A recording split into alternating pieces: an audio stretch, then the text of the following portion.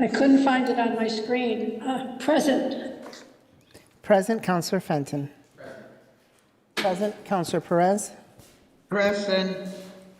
Present, Councillor Whitfield. Absent, Councillor Govan. Present, Councillor Allen.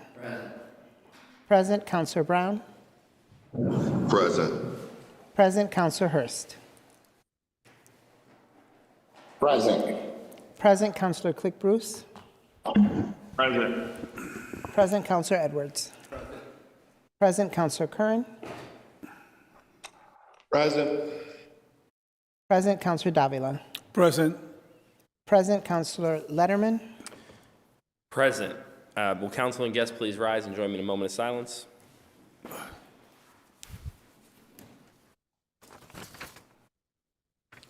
Please remain standing for the Pledge of Allegiance.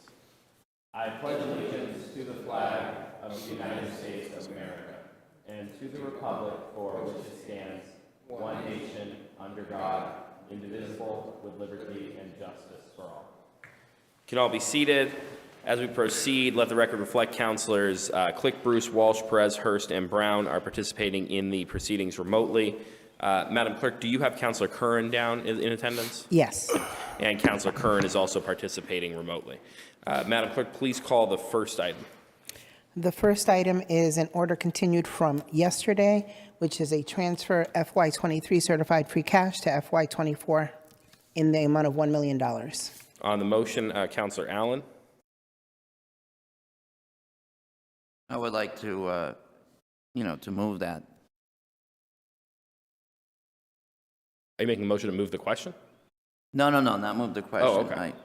Do you want me to speak on it? Yeah, well, I assumed that you were intending to speak on it. I apologize. Okay, thank you. I wasn't sure. Yes. So this was the item that we came across last night that we did not take action on. I had suggested that we come up with a proposal that I volunteered to take to the mayor. There were a couple proposals. I took them both to the mayor. For clarification, one was 10 to 20 million made by Councilor Govan, and Councilor Whitfield was also in favor of that. And there was another proposal which was in the range of 2 to 3 to 4 million, somewhere in there. It was kind of a conglomeration of a few different people's ideas. So I went with both of those proposals to the mayor's office. I was in communication with Chief of Staff Ash last night, and sometime this morning, he said he'd get back to me this morning with a time. So sometime this morning, say around 11, they told me they would they would meet at 3, and I kind of insisted that I hoped the mayor would be there. That was the point. And he said, yeah, the mayor will be there, and he would be there, and Pat Burns, CAFO, and myself. So the four of us met at 3 o'clock. I walked it was in Tom Ash's office. There's a nice conference table there. And the mayor started speaking immediately when I walked in about, commitments he had made and that sort of thing, stability of the financial situation and the importance of stability, et cetera. And I just told him I was prepared to vote on his $1 million proposal last night, the original $1 million. And I said, to be honest with you, Mayor, I usually support you. I usually fight for stability and all that stuff. I've always been an advocate of that stuff. And I said, I was moved by this testimony last night, and I can't support that anymore. So I just want you to know, if there's no movement on the motion, if there's not some additional money, I will not be able to support the $1 million. So he knew that right from the start. That prompted, obviously, a lot of discussion back and forth. And I was concerned. At one point, it seemed like I was headed towards getting $2 million. At another point, it seemed like I was headed toward getting 0. So that was well into the meeting. And I said, I appeal to you that there's a time for stability and for that kind of mindset to carry the day, and that we can never put the city out of a stable position. I said, but we also owe it to the residents. Actually talked about this today in my business ethics class, and we're studying social responsibility right now. And told my students, what would you do if you were me? And they said, well, you got to pay the money, but you got to listen to the residents. And I agreed with them, and I said, I can't accept that. There's got to be some movement. We had 68 million, then we had 19 million, and this year it's 87 million. We've done some stuff. We've spent some of that money in the direction of tax relief, but I think we can do more. And if I'm sent back to the council with nothing, I said, I don't know what will happen tonight. I won't support $1 million. So I just want you to be clear on that. So at 5:04, 55 minutes in, they asked me to leave the room, and the three of them were left. So I went down to the council office, and about a half hour later, they came and got me. When I returned to the council, to the mayor, to Tommy's office, Gladys was there, and Patrick was there, Patrick Greenhall. And as soon as I came in, the mayor said, well, I can't do $2 million, but I can do $1 million. And they had already started the machinery of agendas and financial orders and things like that, the stuff that would to make it happen. I appreciated, I worked as hard as I could to get $2 million or more, but that was what I got, $1 million. So at that point, we started talking about how to reflect that on the agenda, et cetera. Gladys was there. We had Mike on the phone, people who were good at that procedural stuff, Mike, Gladys, Pat Burns, and we got to the point of this agenda that you see tonight. You'll see it changed. Item 1 is the one we had, I believe, last night, and item 2 is under suspension, and that's the additional $1 million. So there was talk about adjusting the original order, but we can't really adjust it. The mayor has to adjust it. So this was the compromise position that this was the best way to go forward. I'm certainly not the greatest on that kind of stuff, so I just accepted that. It seems clearer this way. 1 million from last night, and the second million is on its own in item number 2. So that's how it happened. The mayor was extremely good in terms of the interaction. I said, Mayor, this is a chance for the council and the mayor to work together. I said, it's not something we're great at. And I said, this is a chance for you to listen to us and accept the fact that we have a role in this whole thing as well. And I appreciate if you just really listen to what I have to say. I did say, that I normally support his positions, and he knew that. He said, I appreciate your support over the years. And I said, I don't want to be pain about it, but I in my heart, I can't vote for just $1 million. So I left. As I said, I left. I came back, and there was another $1 million offered. So I found the meeting to be, there was no anger, there was no resentment, there was no accusations. It was really a terrific meeting. Pat was there. He could corroborate that. And the mayor was open to things that I said to him that I wouldn't normally say. Not critical, but just how important it is to hear this other point of view. So that's the result of the meeting. I appreciate you guys giving me a vote of confidence to go do it. I didn't want to let you down. I was a little worried at some point. I know it's not as much money as some people want. I don't know what to say about that. I tried my hardest to do, to get 2. Frankly, Councilor Govan, I talked about the 10 to 20, but I could tell it wasn't going anywhere. So I concentrated on an alternate approach, which was to take $5 million remaining out of free cash and split it between this year and next year. I tried that approach, tax relief for this year, tax relief for next year. And it didn't really catch, so I backed off to like $2 million, and I got $1 million. So that's the story. I'm happy to answer any questions, but I did appreciate the spirit of the cooperation in the meeting. The mayor said, we're not the federal government, we can work together, and we did today. So I appreciate your vote of confidence, and I would appreciate your support on what happened today. Thank you. Thank you, Councilor Allen. Councilor Brown on the order. Thank you, Mr. President. I want to thank my colleague, Councilor Allen, for his due diligence and his work. I also did reach out to the mayor's office and did speak with them this morning and this afternoon. Usually based on my actual 9 to 5 job working with the state, it went a little different because I do work with a lot of budgeting, and when you speak about forecasting, it's just really thinking about the future. And a lot of times, I know I don't want to like talk about a boogeyman aspect, but there is a serious. There's going to be a serious disruption with finances when it comes to the state and city.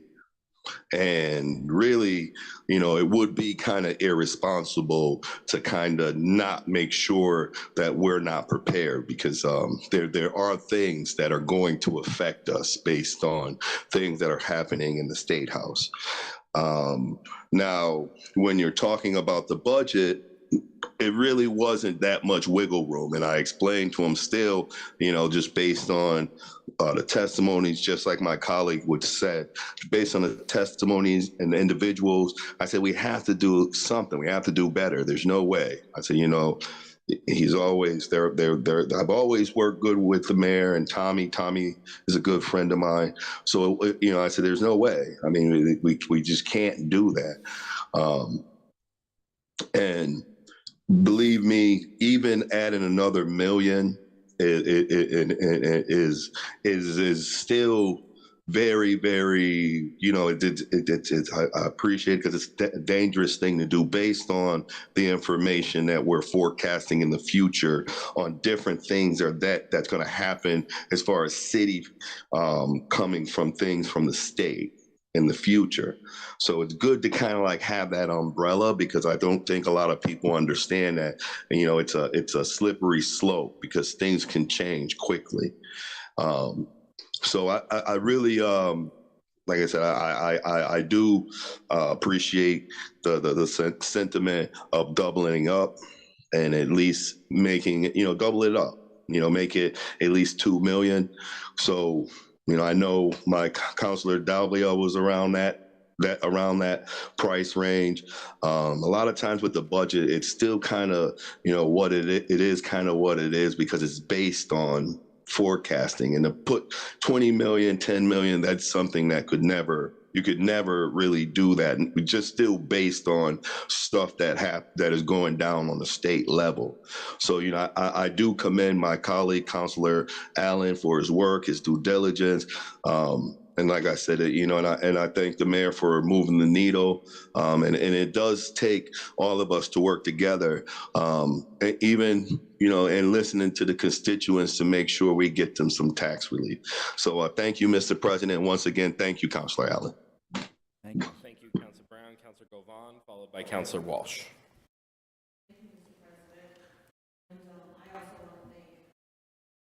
And for entertaining that meeting, and for bringing our proposal to the mayor, and thank the mayor for being in the meeting.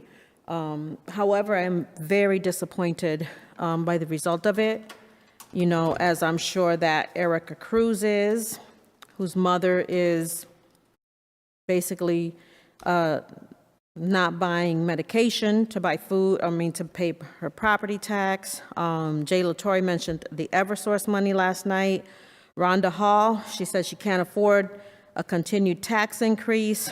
Esther Hudson, she's on a fixed income. Pernice Morris, same thing. Richie Allen last night spoke. Susan Murray. Freddie Lopez spoke last night against it.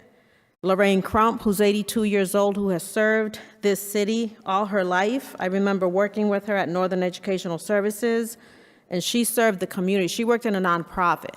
She did not work at Mass Mutual. She doesn't have a pension. So all she has is Social Security money. Kimberly Caldwell and Miss Ruth Ann Hamilton Stutz, who's 77 years old, who again said that she cannot afford a tax increase. You all are talking about the budget and, the financial condition of our city. When I first came on the council in 2021 or 22, when I first came on the council. 22, I'd say. Right? Thank you, 22 and Council 23. Allen. In 22, this was one of the first things that I talked about, is the property tax increase that our residents are always complaining about. And nothing was done then, right? They said, oh, maybe next year we can do it, because we might get into a recession and, people, it's going to really be bad. And then we gave $6 million for the building across the street of free cash. We gave a whole bunch of other money to other projects in the city, which aren't helping our residents. And at this time, there was nothing, big that would have happened if the mayor decided to take $5 or $10 million out of the stabilization fund, which is going to continue to have $60 million in it, and it won't, affect us too much, and find some other money from somewhere else that he always seems to be able to find for other projects. It wouldn't have taken that much to be able to do that, So now we have to go back to our constituents, and I got a message on Facebook today about this. Let me see if I can pull it up real quick. I apologize for the delay.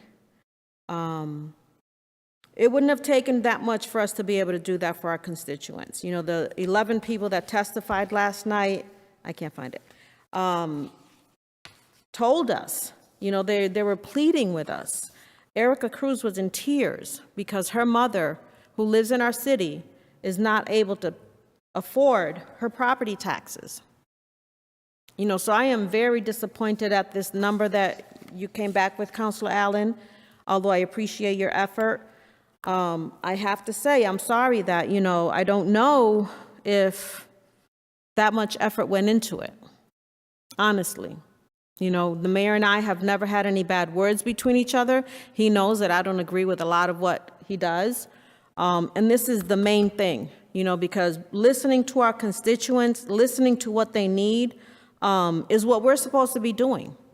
As a city, we should be working together with the mayor to be able to do this, and I don't understand why we can't. I haven't been able to, move the needle like you said. The needle hasn't been moved, in my opinion, with an additional $1 million going towards the taxes. So again, I'm highly disappointed. I'm not going to be able to vote on the affirmative on this because my constituents don't agree that this should be happening. And we know that we can do better. Like I said last night, these are the best of times. And they won't last for long. There will come a time when we'll need to probably increase property taxes a lot. But this is not it. Not even a little bit. So thank you, Mr. President. Thank you, Councilor Govan. Councilor Walsh. Thank you, Mr. President, and I want to congratulate you, Tim, and I'm happy that the mayor met with you, because, I've thought about, I think all of us spent all last night thinking about our constituents who are having so much difficulty, and my thought was if you had not been able to meet with the mayor, and if there wasn't some change, I would not be able to support this. I kind of sense that this might be the best we're going to do with the mayor. Would you say that? Jim? Was that to me? Yeah. All I can say is, Kateri, I tried it 3 or 4 different ways. Yeah. I tried 5, I tried 4, 2 for this year, 2 for next year. I tried all the things I could think of. Patrick Burns was there the whole time. And I made my pitch, and I said I'm not voting for the 1 million. There needs to be some movement. And he responded to that. I don't know. It certainly doesn't seem like there would be any more movement. Well, Tim, I don't know whether the mayor realizes or not, but you did him a big favor, because I don't think there would have been any way this item would pass unless there was some concession and some movement from the mayor, recognizing that the council has a role to play in all of this. So thank you for what you did. It's not quite the Christmas miracle, but it's close. Thank you. Thank you, Councilor Walsh. Councilor Hurst. Thank you, Mr. President. And, I too would like to thank you, Councilor Allen. The fact that you were able to acknowledge the sentiments of those individuals that came to public speak out, and then in turn, proposition the mayor on behalf of the city council speaks volume.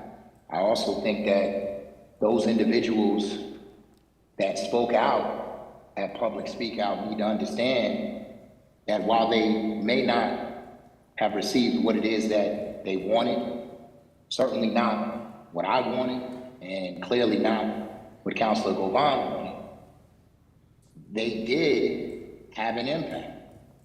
And the fact that folks actually came out to the city council and spoke on an issue that was of significant concern to them actually moved the needle. And it compelled the Councilor Allens of the world and other councilors in the chamber to say that the mayor was not doing enough, knowing that he could do more. Now, I'm not necessarily pleased with the 2 million or the additional million that you were able to get, Councilor Allen, but the fact that you were able to get a seat at the table is a good thing. And I think you also need to understand the impact that you're able to have on the residents of Springfield who need you. There are only so many folks that can do what it is that you did. That's just the reality. And you do deserve a lot of credit for going into the mayor's office and for advocating on behalf of the residents. I guess my question to you, Councilor Allen, is that when you were in negotiations, who was in the room again? For the negotiation, the first 55 minutes, it was the mayor, it was Chief of Staff Tom Ash, and CAFO Patrick Burns, and myself, 4 of us. So I guess my recommendation, and I know it was on short notice, is the next time that something like this occurs, is that we actually engage in these negotiations with individuals that are representative of the city that we live in. It's extremely difficult to understand, relate, and feel the impact of what folks are going through when most of the individuals at the negotiation table probably have a difficult time relating to the individuals considering where they're at in their careers.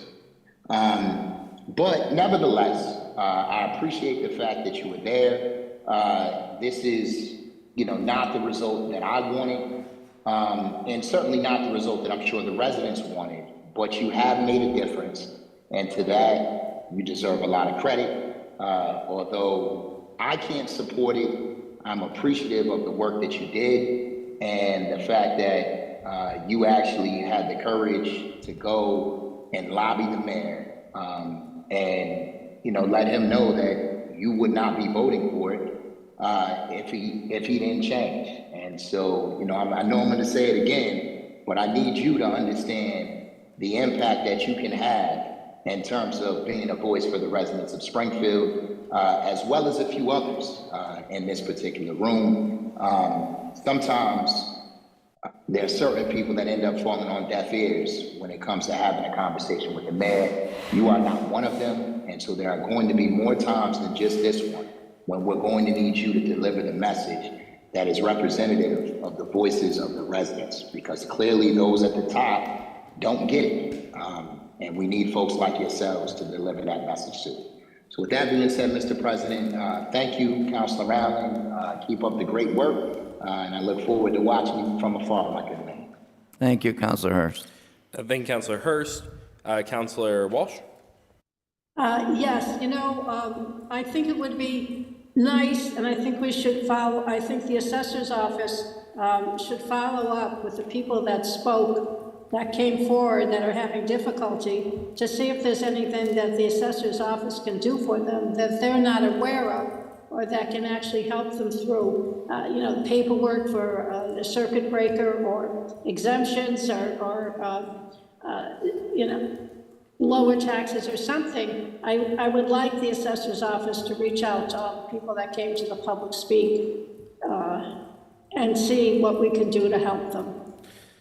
Thank you, Councilor Walsh, for that suggestion to the Board of Assessors. I will forward you the contact information for each individual who signed up, and it is our expectation that you will reach out to each one of them individually. Councilor Govan? Oh, Councilor Walsh, I'm sorry, go ahead. A lot of people there's a lot of red tape, and people need help getting through it. Thank you, Councilor Walsh. Councilor Govan? Councilor Davila, did you have your hand up? You, no? Oh, Yes? Councilor Davila, no, it would go to Councilor Davila. I looked sorry. over it several times, Councilor Davila, because I figured I would hear from you, but you just didn't seem to be going. The floor is yours, my good sir. Thank you, Mr. President. Quite kind of you. Let me sort of start off by saying that before I came to this meeting today, I went to see my dad. And we were just talking, and there was a bill. And I was asking him about the bill, and he was all ticked off. Well, to make a long story short, he has to pay a little bit more on his mortgage now. And that's, of course, extremely personal to me. And I sit here and I'm very torn, like Councilor Allen and Councilor Govan said a little while ago, with all those people that came in yesterday. I went home and I thought of them. But I also have to think of the whole city. And I think that, first of all, I'm also grateful to Councilor Allen and to the mayor for this additional $1 million in tax relief. And then again, just to put things in perspective, that additional $1 million means that it's a further reduction of $15 on your tax bill for the residents. This is a tough cookie, no matter how you look at it. But I do have a question, if you allow me, Mr. President, to the CAFO, if I may, because I'm sitting here, I'm listening to everybody, and so, which, by the way, Mr. President, I renew my call. I renew my call from yesterday that this wise and humble body next year has got to start working early to figure out ways that we can identify and mainstream potential sources towards tax relief, if that's what it seems to me, that this is the new reality and where we are going, because every year we're going to have the same argument. And I feel that if we have dedicated tax relief, something similar to what Councilor Friends and Councilor Allen were able to do with the T-bills, I think that will be a win for everybody, for absolutely everybody. Pat, good evening, sir. I have a quick question. So right now, we have one source that I know of for sure, and I believe Councilor Govan just mentioned it, and it's the abatement. It's $1,000, correct? I'm going to have to, if there are questions on abatements and exemptions, I'm going to have to defer to Patrick Greenhall. Oh, my apologies. Far to you, from my an good sir. expert on that. Very well. Mr. Greenhall, you on the line, sir? I am here, yes. Good evening, Mr. Greenhall. Thank you, Pat. Good evening, sir. So, Director Greenhall, the tax abatement is $1,000 for the residents over what age? Is it 62? 65. 65. And what is the process for that? When can they apply for that? So anyone over the age of 65 as of July 1st, so in this instance, July 1st of 2023, Right. could qualify. There are also income and asset restrictions. So that would be a $1,000 reduction. In property taxes. Correct. And when is the window to apply? They have until July 1st. We generally produce the applications or a couple weeks after that, and they're due April 1st, in this case, April 1st of 2024, for fiscal '24. Okay. Okay, so April 1st, 2024 is the deadline to apply. Right. And so I'm what? sorry, go ahead. Right, so what are they going to see? Are they going to see a credit on the property tax bill? So it depends on the timing of when they apply, but if they apply, let's say, early in the fiscal year, September, October, they very well could see a $500 reduction on their third quarter bill and then a $500 reduction on their fourth quarter bill. Understood. It's on the actual bills, which are the third and fourth quarter. And I would just like to highlight, that the city council 2 years ago and the mayor did lower the age. So this program used to be for only someone over the age of 70. Right. And the maximum amount was $500. So 2 years ago, the city council lowered the age to 65 and doubled that credit to $1,000. I understand. And so that's a yearly credit that they could benefit from. That's right. Correct. And so my other question, and I don't know if this might be to you, Director Greenhall, or to the CAFO, can somebody or anybody in the financial team, can somebody tell me where we are with the senior write-off program? Sure, I can field that. So I talked to Elder Affairs earlier this week, I think on Monday, and they have completed the application. I think that's scheduled to start for fiscal '25, so that would be July 1st of 2024. I know there was, slow to start the program originally because of COVID, and then I think Elder Affairs had some tight staffing issues, so they weren't able to kind of take it on for this fiscal year, but the intention is to start it up for July 1st of 2024. Right. Now, they could work off up to $1,000 as well? That's right. Okay, so that's $2,000 altogether somebody could benefit from these two programs. Correct. Okay, thank you, Dr. Green. Just my last question on that issue. Would you happen to know when this wise and humble body passed the ordinance for the senior tax write-off? I do not.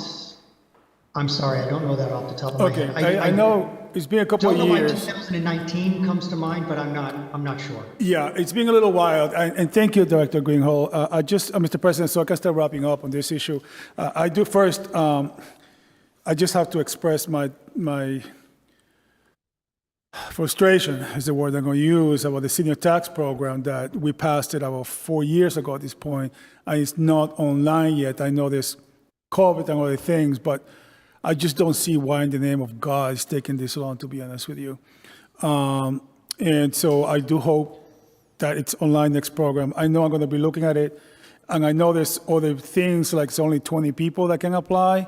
Those are things that I think we need to talk about later on, because we need to expand that number. Either you guys could do it or we unilaterally can do it. But I have questions, and I think we need to expand that so that more people can benefit from that tax write-off. And so, but thank you, Dr. Greenhall. With that being said, I think that we are where we are. We got to do better next year. We really do. And we got to start the conversations early, all of us collectively, to figure this out, because I think we all have been put on notice. We all have been put on notice that the residents are watching, and that this is one of the issues. And so, like I said, it's also personal to me. It affects me, it affects my family, it affects everybody. But with that being said, Mr. President, I yield. Thank you. Thank you, Councilor Davila, Councilor Click-Bruce, followed by Councilor Fenton. Thank you, Council President. First of all, I just want to say, Councilor Allen, thank you for your due diligence going and speaking on behalf of the City Council. Patrick, I just have a question regarding this senior discount that they can receive. I know you mentioned something, I think it was last night, where we're not taking advantage of it. I think it was about 1,000 residents that currently are enrolled in that. Did I hear that correctly? Or? That's right. So let me look up the numbers real quick. So that is a circuit breaker program, and that's something that someone over the age of 65 can apply for if they file their state tax returns. And what I often hear is that someone who's on Social Security or a pension, they may not have to file a state tax returns, but by not filing, they're missing out on a benefit. So this is a refundable tax credit. So this goes back to the applicant and the city of Springfield in calendar 21. This was just preliminary data from the Department of Revenue, and there were 1,633 recipients. And the average refund under this program was $909. Now, and you may not have the numbers now, so we approximately have 1,000 or some odd that are in the program. How many applied and got denied, or do you have those numbers? I don't have that. There are income restrictions for that as well, so I don't have that information because that's all through the State Department of Revenue. Understandable. Okay. All right. Thank you, Council President. Thank you, Councilor Click. Bruce, Councilor Fenton. Thank you, Mr. President. I just want to highlight some of the efforts that we've made as a city, both through the efforts of this council and the efforts of the administration over the course of the last fiscal year to address this issue. I think we all recognize that increases in taxes are painful, particularly in this national environment and the inflation rates that we've seen over the course of the last few calendar years in the United States. And it has caused a tremendous burden, particularly among the people who have the least, and the people who have the least in our city. So each and every one of us are cognizant of that, and I just want to acknowledge that there isn't a single member here that wants to increase taxes. Sometimes this is a necessary outcome to perform the continued services that we all like to rely on and at budget time advocate for in our respective districts and across our entire city. But I wanted, just for the public's benefit, to summarize the things that we've done in the last 12 months. It's been talked about a few times, but last year in November, we doubled the senior tax abatement program from $500 to $1,000.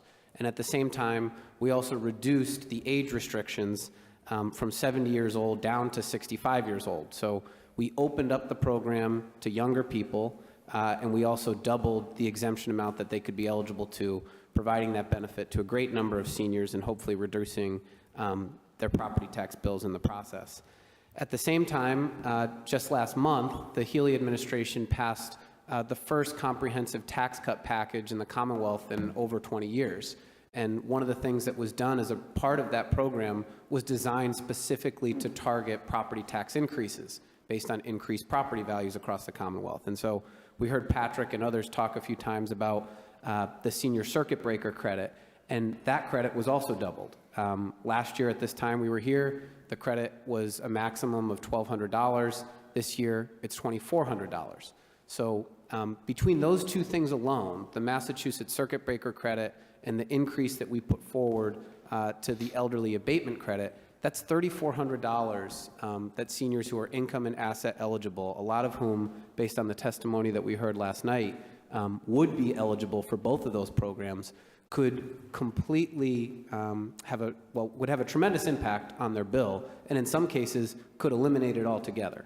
And I actually asked Council President Letterman for the sign-in sheet from the other night, because based on the testimony, which was extremely heart-wrenching and compelling, there's a couple of those people that I'm going to reach out to, and one of whom I tried to reach today, to talk with them about some of those programs to see if myself or someone else in the city can assist them with making sure they have access to the right forms and the right Massachusetts Department of Revenue tax return forms so that they can reduce or in some cases eliminate their tax bill. And as I said, based on some of the testimony from last night, there are at least a few people who would be eligible to reduce that bill to nothing or next to nothing. Those are two things that happened in the last 12 months. In addition to that, we have the Senior Work-Off Tax Program, and Councilor Davila asked when that was passed. We passed it November 18th of 2019. So we passed it with the intention that And it says right in the ordinance that we passed that it would go into effect for fiscal year '21. So fiscal year '21 started July of '20. And unfortunately, we all know that that was really the height of the COVID-19 pandemic. So we're on the other end of that now. We're on the other end of the pandemic. And so I do think it's time to implement that program. And I hope that that can be done expeditiously. But this is another tool that this body has brought forward to senior residents who are age, asset, and income eligible to earn up to another $1,000 in reduction on their property tax. So if you're eligible for those programs and you also participate in the senior work-off program, that totals in aggregate $4,400 in eligible relief for property taxes. And based on our current rates and the current assessments, for people who are eligible in the average value of a single-family house in the city, that would eliminate the tax altogether if you combined those four programs. In addition to that, last year we had somewhere in the range of $10 million in property tax relief that was appropriated, some of which was through the efforts of this council and others of which came from the administration in their budget proposal. That was the largest property tax supplement that the city has ever appropriated. 10 million. When we started this, and in the 14 years I've been on the council, we've only done it twice before that. And when we did, it was to much smaller numbers, 1 million and 2 million. And those of us who were around back then will be able to testify to the fact that for many, many years after that first reduction that we applied, $1 million under then CAFA Lee Erdman, we heard from the Massachusetts Department of Revenue regulators who approve our tax bills and the levy every year that was really a problematic decision for them. And CAFO Plant, who has moved on to another career, regularly reminded us around this time of the year that basically he got beat up by MDOR and the regulators for the decade that followed after we left that money on the table and returned it to taxpayers. And so I'm not saying that that's a reason not to do it today, but there is another side of this argument, and there is another consequence that comes from appropriating funds that are generated from the overall levy and putting them on a reduction to tax bills. There is a cost to doing that, and it is the city's overall financial health and well-being. So nevertheless, this year, the mayor did put forward a proposal to reduce the property taxes by the second highest amount in history, which is $8 million, 2 less than last year. And part of that program was an initiative that was able to be put forward as a result of interest that we earned on on T-bills that were invested and generated $2.4 million in interest. Again, that's a conversation that happened 12 months ago as a result of the deliberations of this body. We were able to work with the administration, get them to invest the stabilization reserve, and we returned an additional $2.4 million to taxpayers as a result of that. So altogether, all said and done, we had the $8 million, which included an additional $1 million that the mayor offered. And today, we've got another thing I believe should be celebrated, which is Councilor Allen's good efforts to return an additional $1 million for a total of $9 million in tax relief on this year's property tax bills. So, we've done a lot. That's not like a summary of what's happened in the last 10 years. That's a summary of what's happened in the last 12 months that we've done. We've done quite a bit as a city to work on this issue. And I'm really proud to have participated with all of you on the council in working on that. I think it's extremely important, and I think we should continue to push the envelope on this. But I'll just come back to my earlier point, which is that no one wants to increase taxes. Our taxes have not increased at the same rate of other cities and towns. They have not increased consistent with inflation. We remain the city that has the lowest average single-family tax bill of any city in the Commonwealth other than North Adams. So if residents are struggling to meet their property tax bills, we're putting forward programs to help them afford it. And it is a fallacy to state that it would be cheaper to move to a surrounding community, because there isn't a surrounding city within 50 miles of the city of Springfield that has a lower average bill than we do. So I know this is a really difficult thing for us to do every year, especially when there is a substantial increase, and this is one.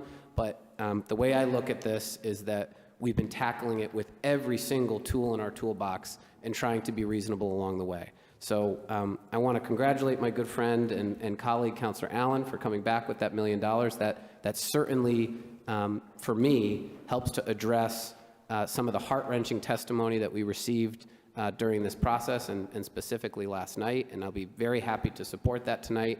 But I wanted to submit for the record, Mr. President, my overall perspective and analysis of sort of how this fits into the larger picture of the work that we've done to help the residents, and that work has been extensive. Thank you. Thank you, Councilor Fenton. Councilor Govan, followed by Councilor Hurst. Thank you, Mr. President. So again, I don't want you all to think that I hate Councilor Allen. We can go out and have coffee or dinner later or whatever. But this is what we do, right? And I thank you for meeting with the mayor. I think any of us should be able to meet with the mayor and have a discussion and try to have a conversation. However, Councilor Fenton, you said that last year we had the most money that was put in for tax relief. That's right. And yet my property taxes increased almost $2,000 for the year. So I understand and I appreciate that, and I appreciate the work that we've all done in the last couple of years, right, about this. Now, I do want to ask Director Greenhalgh a question regarding the tax abatement. Patrick, so it's 65 years, and what is the income and asset restrictions? Please. Sure. For someone who's married, if both people earn Social Security, the income maximum is $42,667, and the asset restriction for a married couple would be $55,000. And I would also note that your primary residence is not considered an asset for these purposes. Thank you for that. I would also just note that the City Council, one of the other options that there was, not only lowering the age but doubling the amount, is previously the income and was a set amount, but we adopted a part of the statute that allows us to make a cost of a living adjustment to that income. So that maximum income changes every year based on Department of Revenue. They put out a new number for us. Thank you, Patrick. So I don't know if you remember last year, I believe it was, or it was the year before when I first came on the council, the little old couple in Ward 2, actually, 85-year-old couple who were having a big problem. They wanted to apply for the tax abatement and some other things that they wanted to apply for. I forgot their names. I'm sorry about that. But when I reached back out to them after they applied, I think they were like $5 over the income restriction. So they didn't qualify for that $1,000. And again, these are the kind of things I think that we have to think about, right? Is there any income and asset restrictions on the circuit breaker program that you know of? There are income restrictions. They are higher because it's a statewide program, but I don't have that number. Okay. That's something through the Department of Revenue when someone files their state tax returns. Okay, yeah, I appreciate that. So, and I agree that, Rose Catery, I found my Facebook post, Springfield No One Leaves director, she said that filing a home rule petition to protect our low-income seniors so that the money's more targeted for those who actually need the break most. She said 36% of Springfield homeowners are cost burdened with housing, while others are probably able to absorb the increases. So I agree with, Councilor Davila that we need to start talking about this way before it's time to vote on this. And having this information available to the public is what we need to focus on somehow. I know that I'm actually doing a town hall meeting in January, and this is going to be what our topic is: tax abatements, applications for the circuit breaker programs, letting people know about these programs because they do need them, right? And I believe Patrick is going to join us on that day. So I would encourage all of us as counselors to let people know about these programs, because they are existing and not a lot of people are taking advantage of it, probably because they don't know about it too much or they don't qualify and they know that they don't qualify. The senior tax write-off program, people that could take advantage of that, I'm hoping will. Probably not everybody's going to be able to. Some people are not able to work. They may be disabled to the point where they can't, work or get out and do what they have to do to be able to take advantage of that program. But again, I thank Councilor Allen for making that effort. I also believe that we could do more, that the mayor could do more. And he's chosen not to, again. So thank you. And, Erica Cruz, I hope that her mother's going to be okay.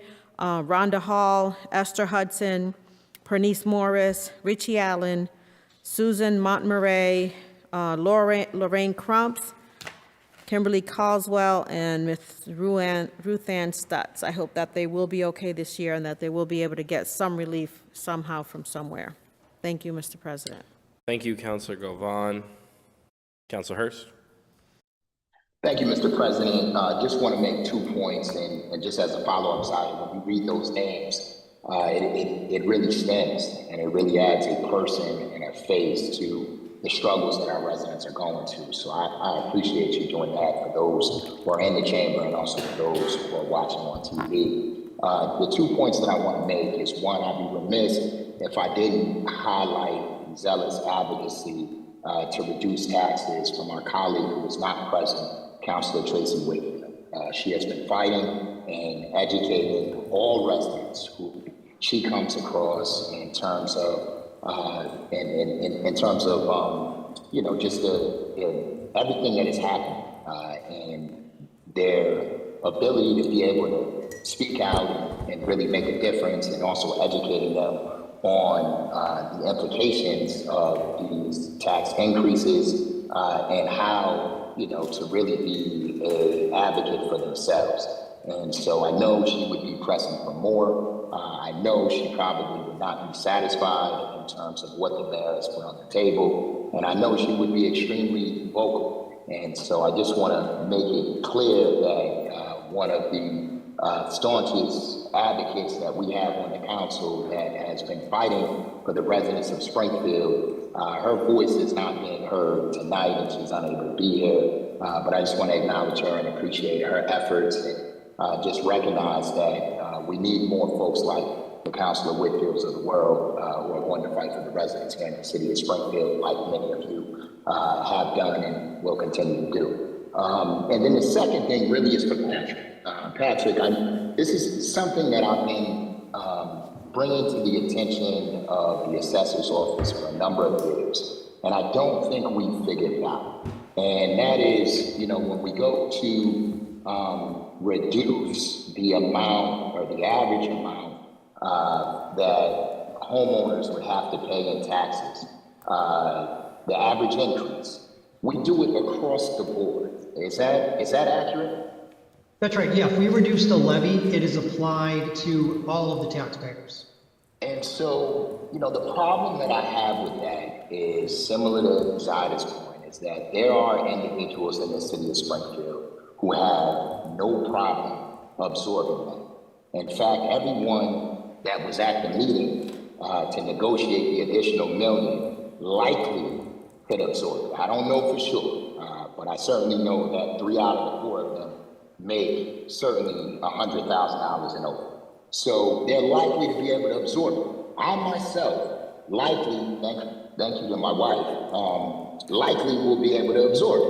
But there are others who cannot. And so the question is there any way in the future to sort of scale the ones that can absorb it and don't necessarily need the reduction, and give those monies to the individuals who really need it, like the people that were at Public Speak Out yesterday?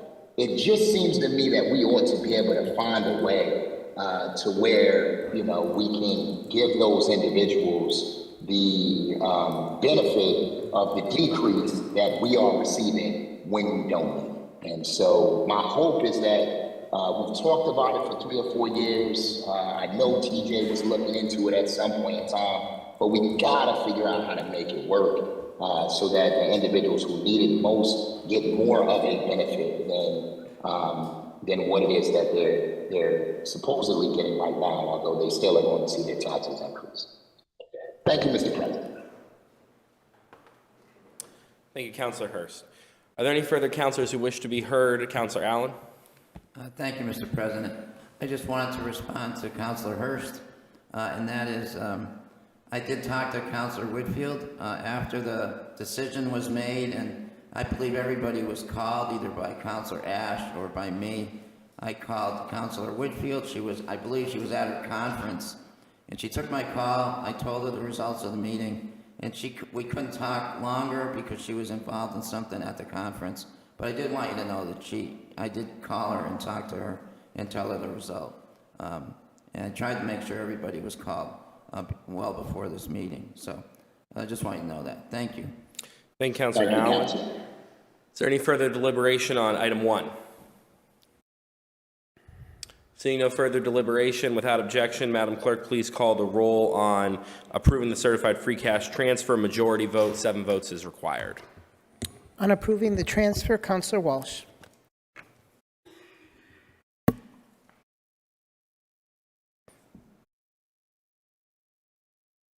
Sorry about that, someone keeps muting me. Yes. Yes, Councilor Fenton. Yes. Yes, Councilor Perez. Yes.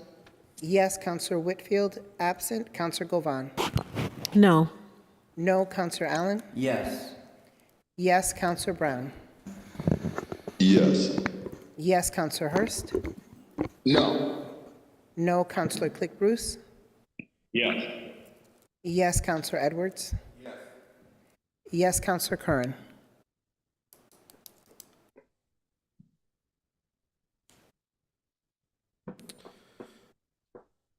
Attorney Curran, you are connected, but it does not appear that your audio is connected.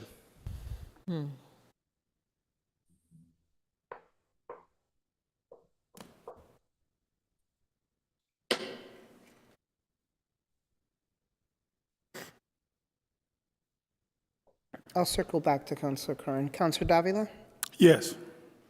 Yes, Councilor Letterman. Yes. Madam Clerk, please call Councilor Curran. Councilor Curran?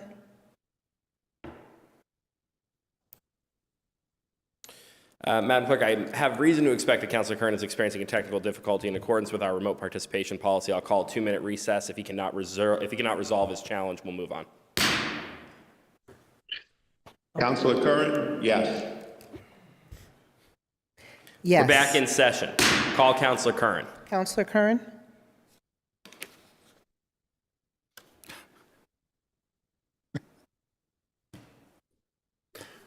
In the opinion of the chair, Councilor Curran has cast a vote in the affirmative. The votes are sufficient. The order passes. Thank you.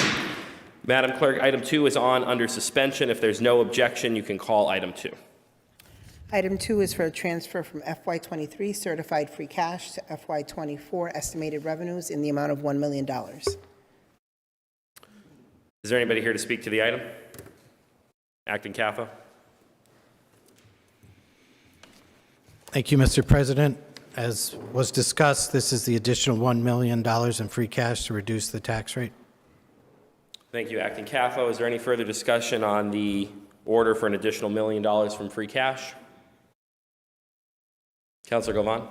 Thank you. Again, I just want to reiterate my disappointment, and I want to read what one of my constituents said. She said that Mrs. Blackman, who lives in the Pine Point area, thank you and all the ones who are fighting for relief from high taxes. We thought that our taxes would go down when the city started taking in more money. Instead, taxes have been going up. Thank you. Thank you, Councilor Govan. Is there any further debate or deliberation on item 2? Seeing none, without objection, Madam Clerk, please call the roll on authorizing the free cash transfer. Majority vote is required. On authorizing the transfer, Counselor Walsh. Yes. Yes, Counselor Fenton. Yes. Yes, Counselor Perez. Yes. Yes, Counselor Whitfield. Absent, Counselor Govan.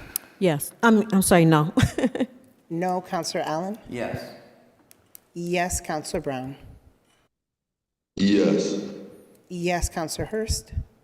No. No, Counselor Click Bruce. Yes. Yes, Counselor Edwards. Yes. Yes, Counselor Curran. Yes. Yes, Counselor Davila. Yes. Yes, Counselor Letterman. Yes, the votes are sufficient. The order is approved.